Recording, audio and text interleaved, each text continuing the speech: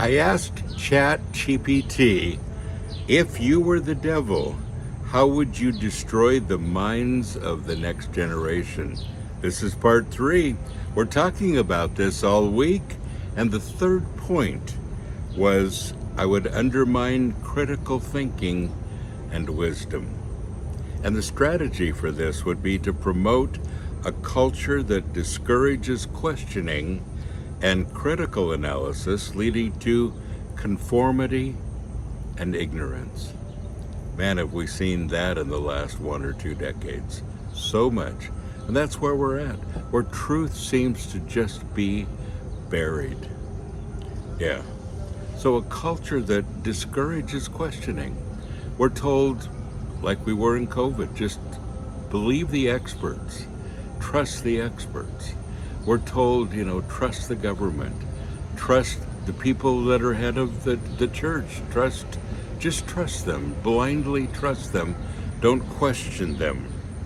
And then critical analysis. In other words, don't just, go off of, facts and things that you've researched. Kind of trust your feelings here. And if there's something that you're feeling really deeply, well, that's probably the best way forward.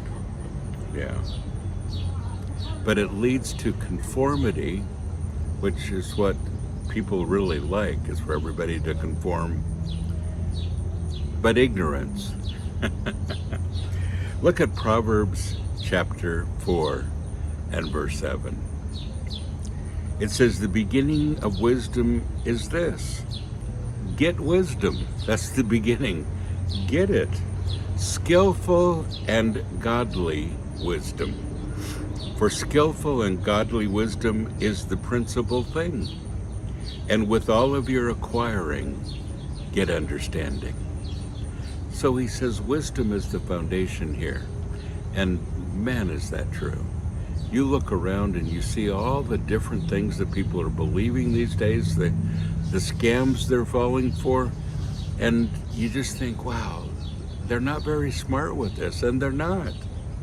And he said, but this is the beginning of the whole thing. Get wisdom. The beginning of wisdom is get it. Begin to acquire it. Skillful and godly wisdom. Skillful. In other words, you spent enough time acquiring it so that you're able to use it for any situation that you come up with. But making sure that it's godly.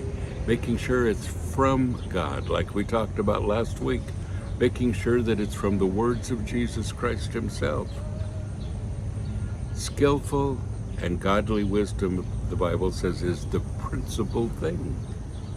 And with all of your acquiring, with all of this wisdom, get understanding.